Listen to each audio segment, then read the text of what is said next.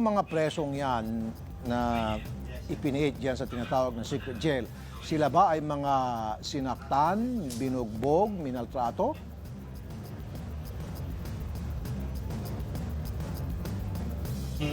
Yan ang interesting, Rafi, kasi base dun sa interview kagabi, merong mga nagreklamo na di umano'y kinukuryente at tinotorture. Yan ang lumalabas sa interview kagabi dun sa ilang preso. Pero kanina, nang iharap sa amin sa media yung tatlo dun sa 12 nakakulong dito, tinanong namin sila, Rafi, kung sila ba'y sinaktan, sila ba'y tinorture. According sa kanila, wala naman daw silang naranasan na ganon. At tinanong pa nga namin, Rafi, sa totoo lang, ang sagot nila kung saan nila gusto makulong, doon ba sa mismong kulungan o dito sa ginawang di umani secret jail.